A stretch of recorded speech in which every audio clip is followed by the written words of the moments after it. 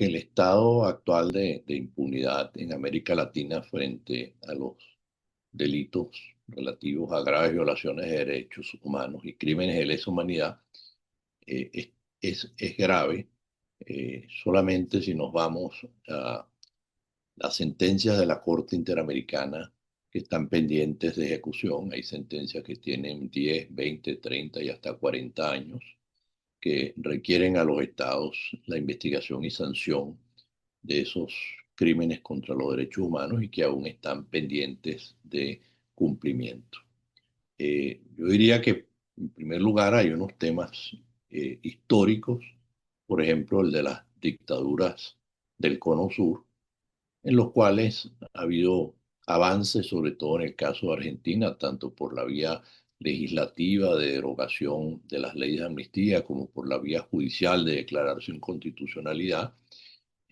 Hay países que han avanzado también sin tomar decisiones formales, como el caso de Chile, y hay países como Uruguay, en el cual, si bien el ámbito de víctimas es algo más acotado, sin embargo, quedan temas pendientes debido a que precisamente las leyes de amnistía de Uruguay, que la Corte Interamericana requirió dejarlas sin efecto para que no fuese un obstáculo en la investigación, pues formalmente siguen vigentes y precisamente retardado el avance de las investigaciones. Pero el hito importante yo creo que a destacar en el, no solo en América Latina, en las Américas, es las sentencias de la Corte Interamericana de Derechos Humanos a partir del caso Barrios Altos, que muy temprano en el 2000 comenzó precisamente a declarar que las leyes de amnistía que impiden la investigación y sanción de graves crímenes contra los derechos humanos son contrarios a la Convención Americana sobre Derechos Humanos. Ahora, hay casos pendientes, a pesar de que se han dictado inclusive sentencias de la Corte Interamericana respecto a estos países. Hay países que todavía tienen un proceso de justicia mucho más atascado y que no ha habido avances importantes, como el caso de Brasil, de El Salvador, de Guatemala. Eh, y hay, desafortunadamente, debemos identificar que en este año ha habido retrocesos, como es el caso de Perú, donde se han dictado nuevas leyes que permiten afirmar la prescripción de crímenes de lesa humanidad, que permiten revivir las viejas amnistías que habían sido declaradas sin efecto jurídico por la Corte Interamericana de Derechos Humanos. O sea que a la par de que vemos temas pendientes, vemos también retrocesos. Y al mismo tiempo, respecto a graves violaciones de derechos humanos y crímenes de lesa humanidad, hay países donde se están cometiendo este tipo de delitos y está precisamente pendiente superar la impunidad. Y esas situaciones actuales básicamente son las que representan Nicaragua, Venezuela y, por supuesto, en algún grado el caso de El Salvador, fundamentalmente en torno a las detenciones que se han producido y las condiciones de detención.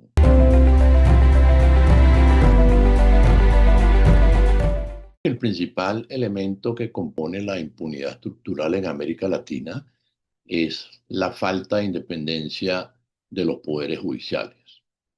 Eh, en virtud del copamiento, la captura política que se ha hecho de los poderes judiciales y en algunos casos hasta por el propio crimen organizado que ha mediatizado la justicia. Pero básicamente es la falta de independencia de los poderes judiciales por su copamiento político. Por supuesto, hay temas estructurales como las eh, deficiencias de capacidades de investigación en los ministerios públicos, es decir, en la fiscalía, que impiden a veces poder avanzar desde el punto de vista técnico en algunas de las pericias que son necesarias en casos de ejecuciones arbitrarias, en casos donde precisamente se requieren, en casos de desapariciones, que se requieren algún tipo de búsquedas e identificaciones de los restos. Yo diría que hay una prevalencia, entonces, en general, de intereses políticos y también, diríamos, de grupos de presión. Y en estos grupos de presión identificaría básicamente a los que están vinculados con la responsabilidad de este tipo de delitos, incluidos elementos de la Fuerza Armada, de la policía, elementos económicos o en otros casos. Pues. Eso ha generado eh, una impunidad, y parece mentira, pues, pero la impunidad a su vez genera impunidad. O me gustaría frasearlo de otra manera. No, no es que parece mentira, es que la impunidad genera impunidad y esa impunidad incentiva precisamente nuevas violaciones, de tal manera que es la misma existencia de la impunidad la que refuerza hacia futuro la impunidad e inclusive permite nuevas violaciones a los derechos humanos que permanecen entonces impunes.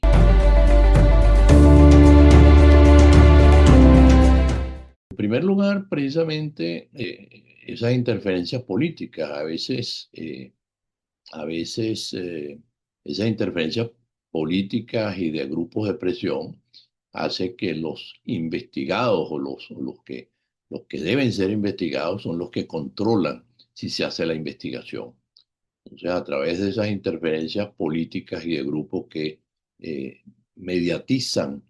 la independencia judicial, hace que esa afectación de la independencia judicial impida la investigación. En segundo lugar, hay muchos casos en los cuales por esa situación hay jueces, hay fiscales y hay jueces que tienen miedo a sufrir las consecuencias de abrir investigaciones, de tramitar, de procesar y de condenar a responsables por sufrir consecuencias, ya sea por amenazas que reciban, ya sean consecuencias porque pierdan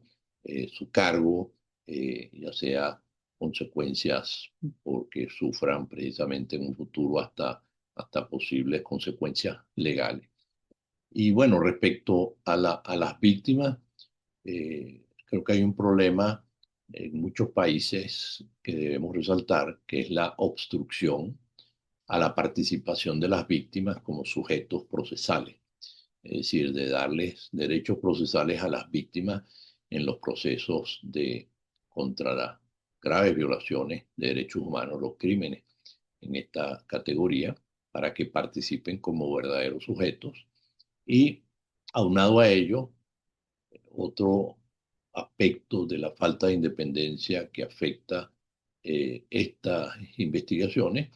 es precisamente la amenaza a las propias víctimas. Es decir, hemos visto muchos casos en los cuales las víctimas, testigos, familiares, quienes van a declarar, quienes denuncian, sufren consecuencias que pueden ir desde la pérdida de sus propias vidas hasta consecuencias de su integridad personal o de sus bienes.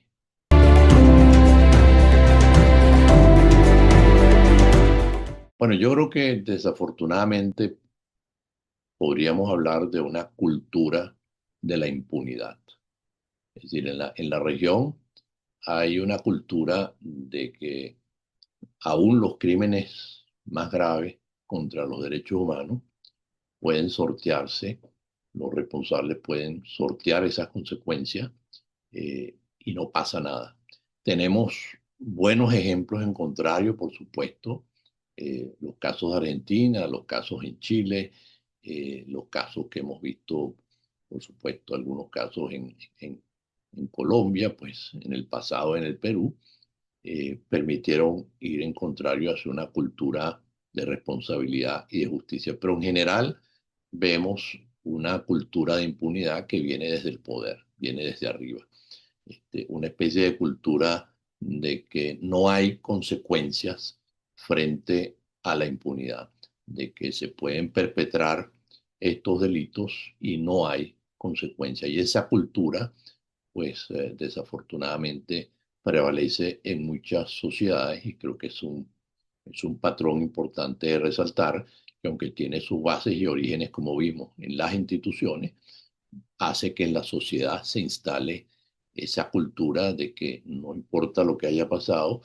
va a ser prácticamente imposible que los responsables respondan ante la justicia.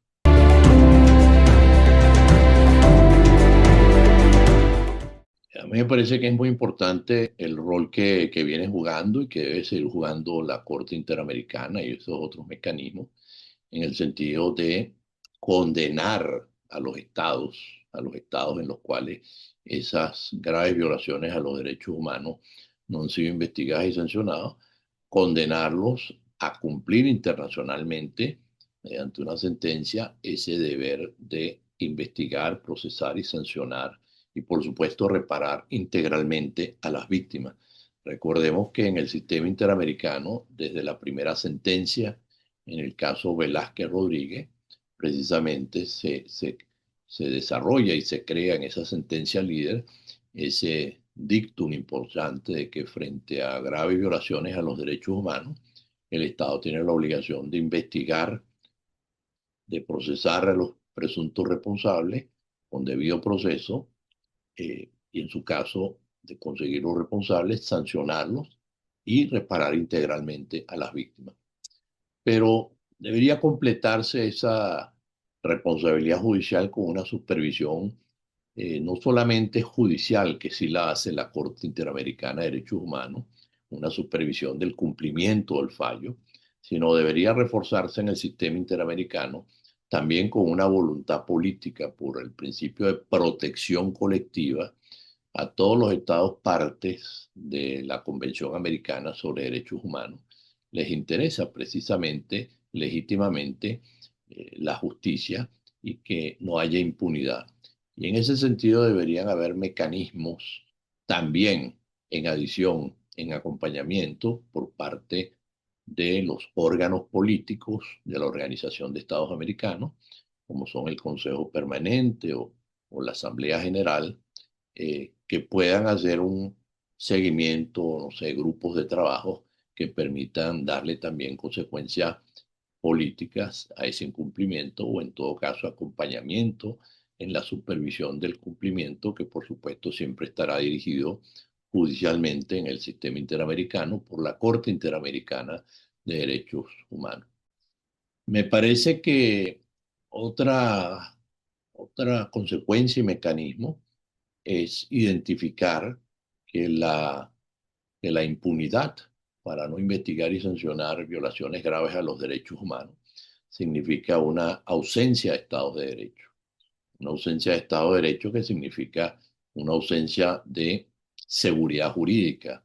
Y la inseguridad jurídica, pues, debería tener consecuencias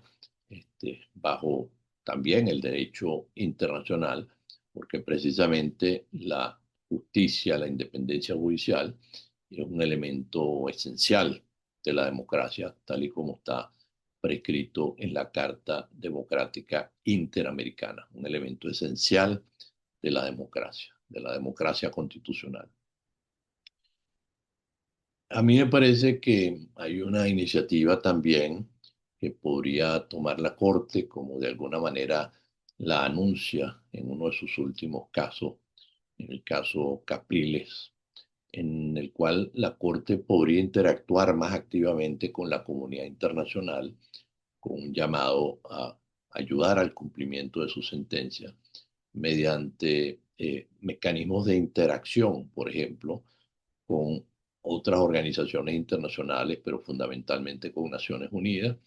a través de la Oficina del Alto Comisionado, a través de los procedimientos especiales, a través de los órganos de tratado, podría haber una mayor interacción sobre el rol que pudieran jugar para coadyuvar al cumplimiento de la sentencia de la Corte Interamericana, que como dije al principio, precisamente en estas materias de impunidad es donde permanecen el mayor número de sentencias de la Corte sin debido cumplimiento. Y por supuesto, la posibilidad de interactuar con otras jurisdicciones universales para hacer efectiva esa obligación de investigar, sancionar y reparar, incluyendo cuando sea procedente la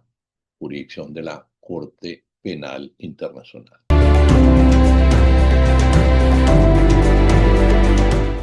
Diríamos esos consensos que se lograron en torno a la Declaración Americana de los Derechos Humanos, inclusive 6 meses antes de la Declaración Universal, esos consensos en torno a tratados sobre derechos humanos como la Convención Americana sobre Derechos Humanos, ese consenso en torno a la Carta Democrática Interamericana, pareciera que está de alguna manera en cuestión. Hay una agenda política en el hemisferio, yo diría en el mundo en general, pero en el hemisferio, que permite que algunos gobiernos aboguen por tratar de desvincularse de las obligaciones que se derivan del sistema interamericano y particularmente del sistema interamericano de derechos humanos. Hay una onda por parte de algunos estados de salirse del multilateralismo e ir más al bilateralismo, lo cual atenta contra ese espíritu precisamente de protección colectiva. E inclusive vemos una nueva onda hacia lo interno de toma de control político y los gobiernos autoritarios, los sistemas autoritarios. eh, Hay dos elementos que tratan de controlar de entrada, que es precisamente el poder judicial y la libertad de expresión. Entonces, para poder llevar adelante los planes autoritarios, hemos visto que desmantelando la independencia judicial y controlando la información y la comunicación, avanzan, digamos, sin tener las manos atadas. Bueno, frente a ello, frente a esos retrocesos, indudablemente es importante que la sociedad civil esté vigilante. Es importante que haya una campaña de concientización ciudadana. Es importante que se desmantelen las manipulaciones como que hay que combatir sin ningún límite la, la inseguridad ciudadana.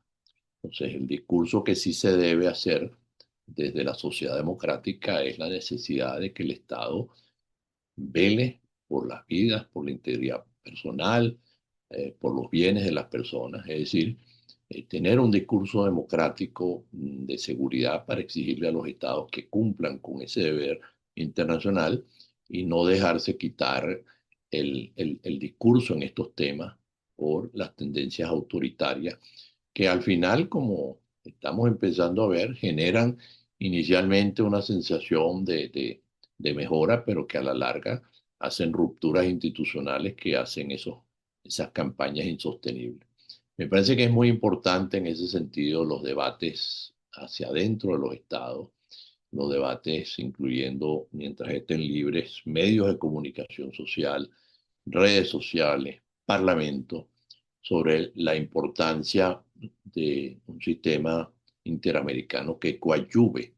a los estados en precisamente la defensa y la protección de los derechos humanos de las personas. Y en este momento que hay estos populismos autoritarios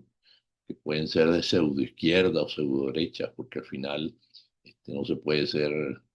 de izquierda y autoritario, ni de derecha y autoritario, sino que son autoritarismos puros, populismos autoritarios, que son los que estamos viendo. Pues frente a este fenómeno, lo importante es la afirmación de los valores y que el desarrollo humano, el desarrollo verdaderamente humano, social, político y económico, únicamente es posible con Estado de Derecho, con democracia y con respeto a los derechos humanos. Entonces estamos en un momento de mantener las conquistas del sistema interamericano, de no abrir documentos, de no abrir al debate las conquistas realizadas, y precisamente concientizar de la importancia de mantenerlo para tener un mejor nivel de vida democrática y no dejarse de alguna manera engañar por las promesas de los líderes autoritarios.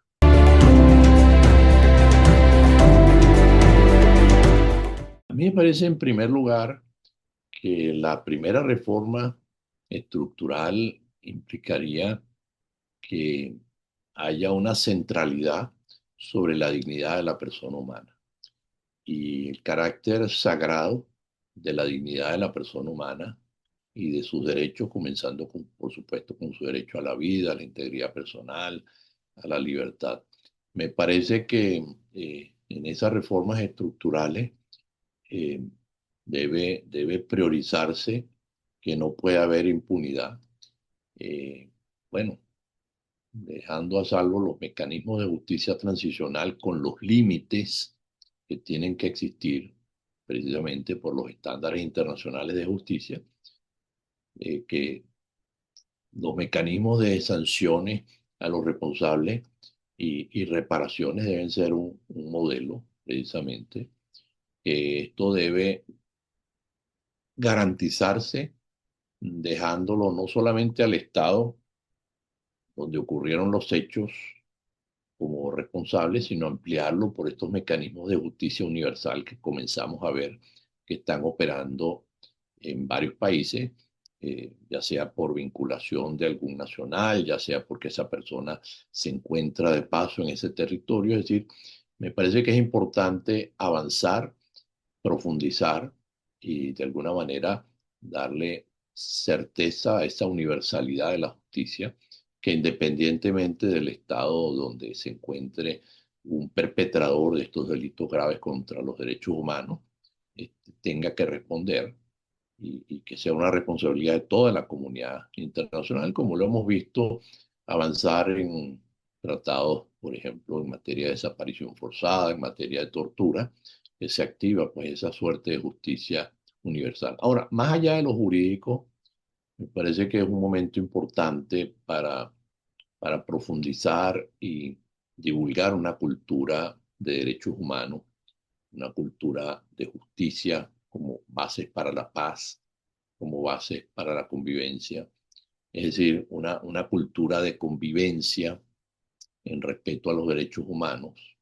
una cultura de democracia que implica además tolerancia en estos momentos en que parece que se extreman las diferencias y las polarizaciones y las extremas de un lado y las extremas del otro lado. Bueno, ese concepto de pluralismo y tolerancia sin necesidad de irse a los extremos, donde se pierden pues ya los principios y los valores. En fin, una cultura de la importancia y ventaja de reglas claras preestablecidas, de un Estado de Derecho, de una democracia y de derechos humanos.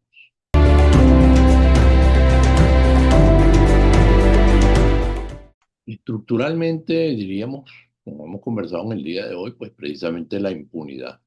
La impunidad respecto a esos crímenes de lesa humanidad que se han cometido desde el 2014 hasta la fecha actual y que no han sido investigados ni sancionados en el derecho interno. Bueno, obstáculos pueden haber muchos que, digamos que no han hecho posible avanzar, pero que más bien lucen como excusas. Puede ser que no se ha desarrollado legislativamente de manera completa el Estatuto de Roma, tipificando delitos y estableciendo penas. Pero bueno, en primer lugar, aún así se podría avanzar conforme al principio de legalidad, como lo vemos en el Pacto Internacional de Derechos Civiles y Políticos. Pero en todo caso, si ese es un obstáculo institucional, entonces activaría más bien la jurisdicción de la Corte por no querer o no poder ejercer jurisdicción en el derecho interno. En segundo lugar, claramente el control político de las instituciones del Estado ha impedido estas investigaciones, el control político del Ministerio Público, el control político de los jueces, del Poder Judicial, con una abierta falta de independencia. Los jueces y fiscales en Venezuela son de libre nombramiento y remoción, es decir, son como cualquier funcionario de confianza que pueden ser nombrados y removidos libremente. Y aún, esto conforma casi el 90% de los jueces, pero aún los que supuestamente tendrían estabilidad, vemos el caso emblemático de la jueza María Lourdes Afiuni, que aún pueden ser perseguidos, detenidos, si cumplen con sus funciones. Entonces, el principal obstáculo institucional y jurídico es que, como lo dije al principio, no ha habido avance en las investigaciones abiertas desde el 2014. Se han visto como violaciones aisladas, sino como crímenes de lesa humanidad. Y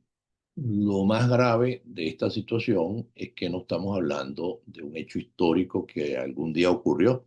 sino que hasta el día de hoy se han continuado cometiendo estos delitos y se han agravado inclusive violaciones. Lo vemos tanto en los informes de la Comisión Interamericana de Derechos Humanos como en los informes de la Misión Internacional Independiente de Naciones Unidas para el establecimiento de los hechos, donde vemos los aumentos de detenciones arbitrarias, de torturas, tratos crueles y violaciones a las personas detenidas, ejecuciones arbitrarias, que siguen ocurriendo hasta el día de hoy, apenas en el día de antes de ayer, respecto a las muertes de presos políticos. Acabamos de ver el caso del exgobernador Alfredo Díaz, lo cual plantea precisamente una, una responsabilidad del Estado, que es quien tiene la custodia de las personas que tiene bajo su detención. De tal manera que son esos los principales obstáculos institucionales y jurídicos que han impedido que Venezuela cumpla con su obligación primaria de investigar y sancionar esos delitos de lesa humanidad, y que hacen necesaria la intervención de la Corte Penal Internacional.